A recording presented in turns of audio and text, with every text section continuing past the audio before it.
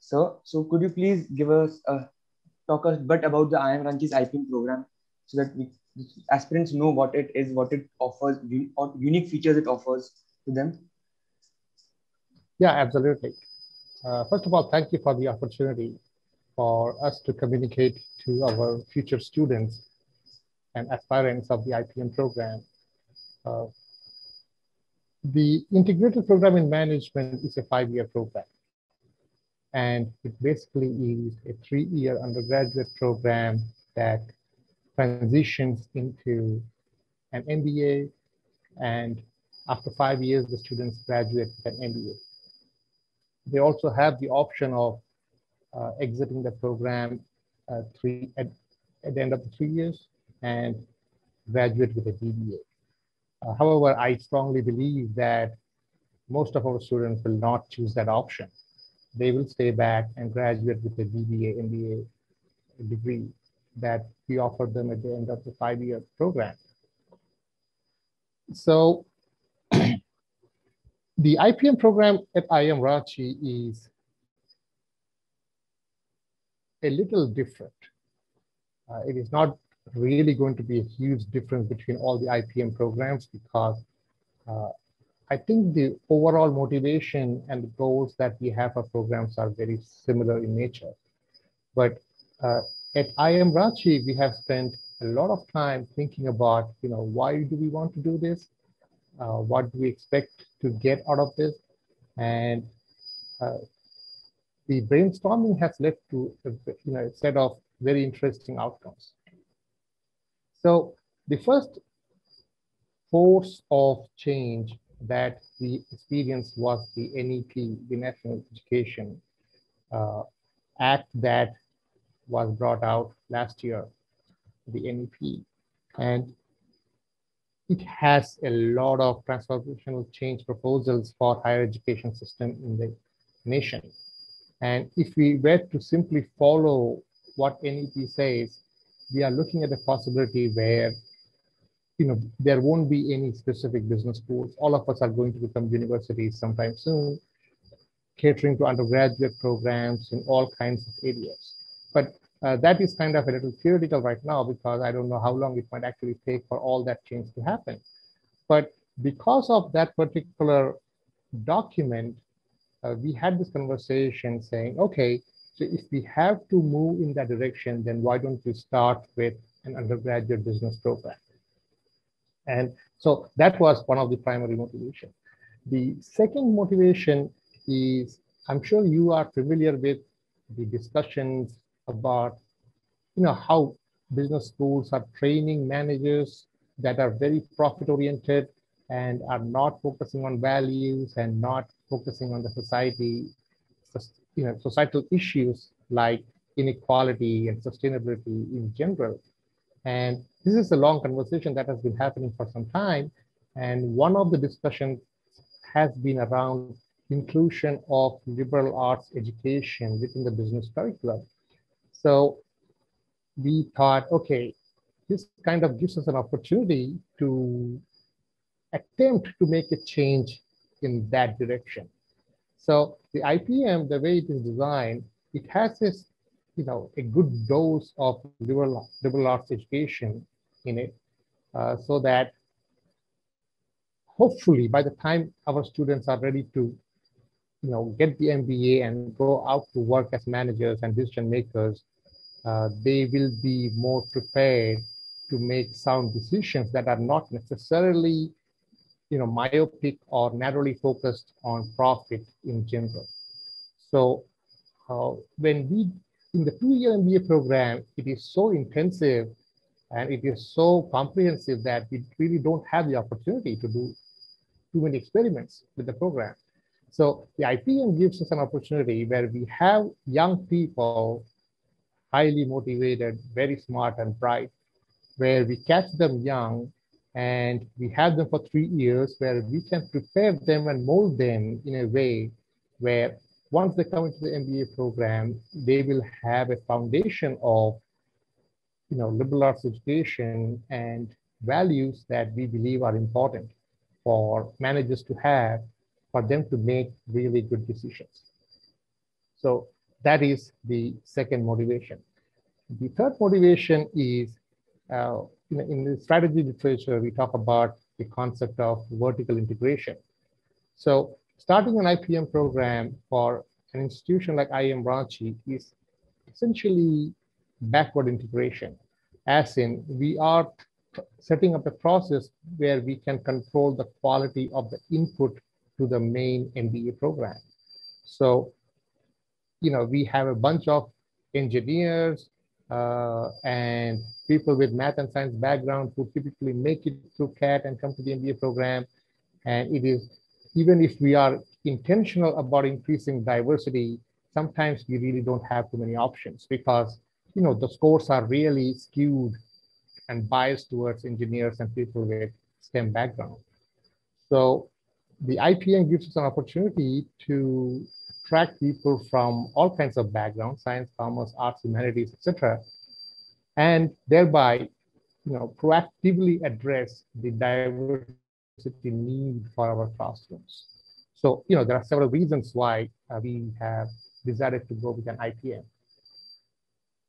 So moving on, so as you said that with the NEP, it will open the doors to multiple channels within one course.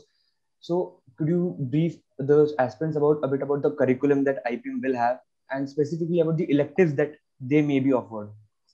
Yeah. So let me talk about curriculum first, and then we'll talk about electives. So you're talking about what is so unique about IIM Ranchi's IPM. There's a lot of thought that has gone into this program, and we have consciously decided a few things. For example, compared to other IPMs or regular MBA programs in general, we are intentionally reducing the academic load for the first 2 years, so that people that come in, 17-year-olds, 18-year-olds, they have an opportunity to actually grow as a person while they are in the program. So it is not simply about throwing 8 different courses and stressing them out.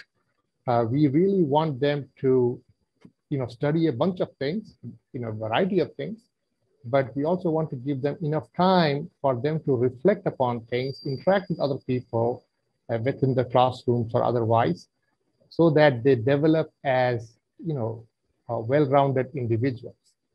So that is a very overarching goal that we have when we are discussing the curriculum.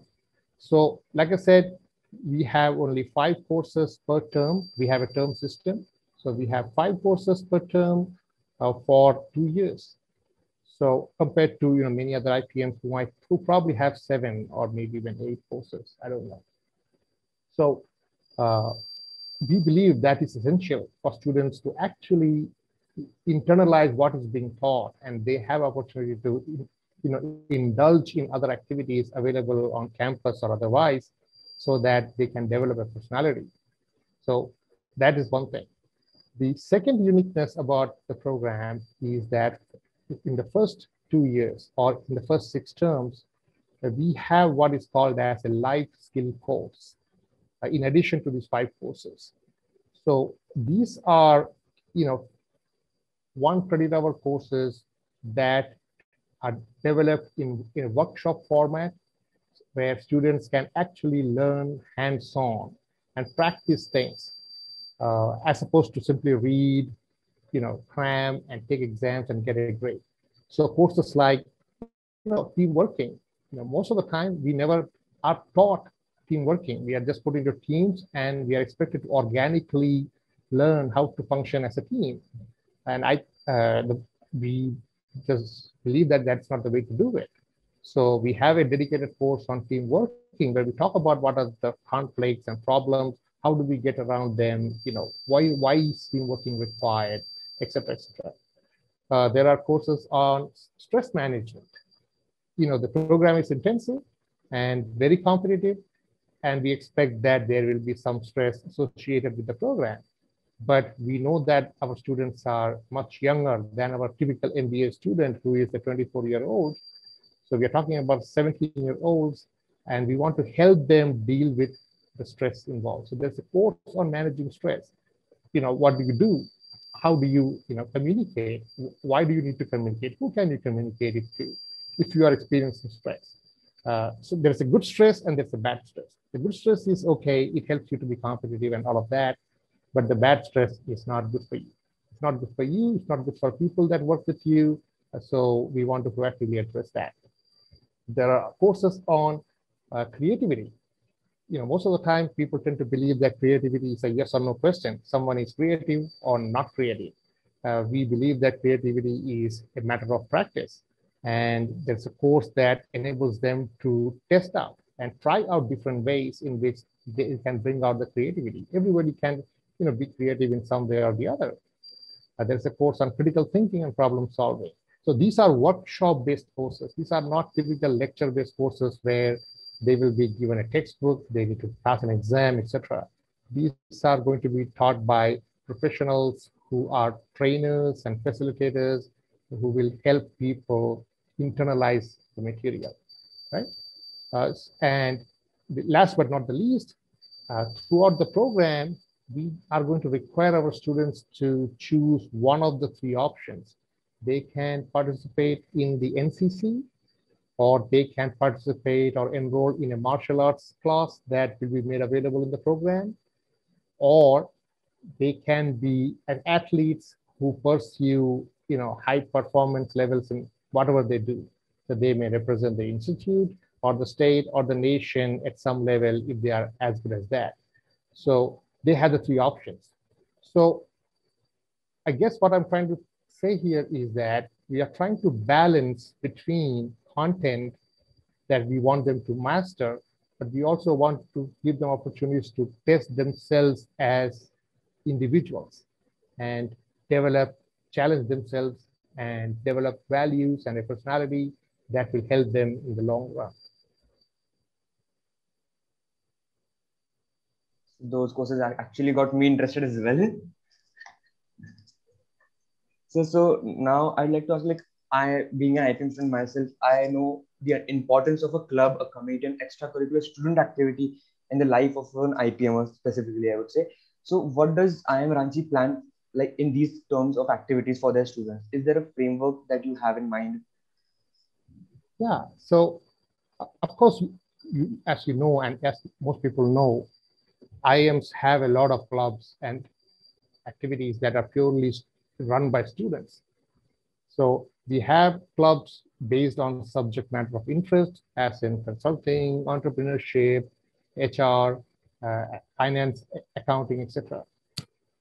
There are also other clubs that are outwardly focused in terms of corporate social responsibility, Toastmaster clubs, and so on. So all of these clubs right now are run by students, right? Graduate students. And there is no reason why an IPM student cannot actively participate in any of these clubs, right? So there are a bunch of opportunities based on interest. There is a cultural committee where, if you are talented in singing, music, want to form a band, etc., it's a common thing. It's a common part of IIM life for anybody who's familiar with how IIMs function. So what I'm trying to say here is there are already clubs and committees where they are more than welcome to participate. And we will, as administration, we will try to make sure that they have access to all of that. In addition to all of this, if there are other interests that have not been identified yet, that our IPM students want to indulge in, then we are open to all kinds of considerations. So they can always suggest, hey, this is something that is not here right now, but we would like to do a mountaineering club, for example, right? Mountaineering is something that we are interested in. We would like to have one. Well, why not? I mean, it doesn't take too much time to get things together, given the resources that we have. Thanks a lot for that. So now there's something, it's not possible to exactly answer this question, but because there's nothing ideal in this world, obviously. So my question is, how do you picture a student at IIM Ranchi IPM program? What qualities do you expect him to have in him? Yeah, so it is a difficult question, not because we don't have an answer, but because all answers can be wrong. Okay, because the moment we specify the nature of the student, at the same time we are specifying who is not eligible, right? Who we. So it is really impossible to answer a question like that. But I think it is fair enough for us to say that we do expect students that are bright. It is going to be very difficult to make to the competition if you are not bright. You will have to be hardworking because the program is intensive, and if you are not hardworking, sooner or later you will find yourself, you will find the stress becoming overwhelming. So hardworking is important. But I think this is important. This is true for all programs throughout at the college level. But from what we understand right now, there are two other qualities that would help one do well in our program. The first is to have a growth mindset, to be open to learning things that you may not have planned to learn.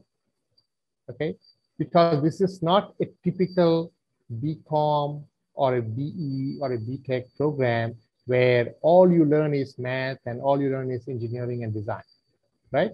You will have a few courses that you may not necessarily like because you never thought you will be learning sociology, or you never thought you will be learning a course on Indian literature, for example, right? So if you were a science student who had planned to do engineering or medicine, and then you considered IPM, and you come and you're sitting in a class on, let's say, arts appreciation, you might find it a little, challenging. But these courses have been built into the curriculum for a reason. Okay? A lot of thought and discussions and debates have happened. And you have to have that growth mindset of, open to learn new things. So in some cases, you may not necessarily find an immediate reason to learn something or opportunity to apply something that you might have learned. But the thought process that we have had, we believe that it will help you in the long run as an individual and as a manager. The fourth thing is, unlike regular programs, undergraduate programs, you know, there is going to be a lot of group work in all courses that you take. So the ability to getting along well with people is going to be a very necessary quality. Okay, this is not to say that you compromise and you accommodate and you suffer through the program. No, getting along well with is about, is a smart thing, and it is something that you would have to learn and master anyway when you get into a professional career, because you will be working with diverse groups of people. So that will, be an important part of your learning experience. So bright motivation is good, but equally important is that you are open to learning, meeting new people, learning from them, and see how they add value to who you are as a person. Thanks a lot, sir, for that. And this is a question that I myself have gotten from a lot of aspirants. They are awaiting an answer that when will they get to be part of the permanent campus? They're just Yeah. Okay. So if you ask me this question, 2 months back, I would say, we will start this program in the new campus, right? And I still hope that's the plan. We are actually in the process of moving onto the new campus. We have already moved a few administrative offices into the new campus, right? But the situation right now is that we are under lockdown in the town itself. So that is going to affect the momentum of that process. I don't know how much it is going to affect. We are already discussing the possibility that the first term for the graduate program that starts in July will be online, will not be held on campus, right? That's a serious possibility. So if things get into control by, say, August, we would like the second term to be done on campus. So second term for the graduate program will coincide with the first term of the IPM, right? But personally, and this is personally, I'm not representing the institution as I say this, there is a possibility that the first term will be done online, right? I mean, with the way things are going, because, excitement is a good thing. We are excited for the new campus. I'm sure the students are excited, but unless it is ready, our lives are ready, as in COVID-free or, COVID-safe, the excitement is not going to help us, right? So we will have to take that very carefully. So we are doing all we can, practically speaking, to get the campus ready for our activities. The hostel buildings are probably the first things that will be ready. But we don't know. We are kind of stuck right now, right? I mean, nothing is happening with COVID.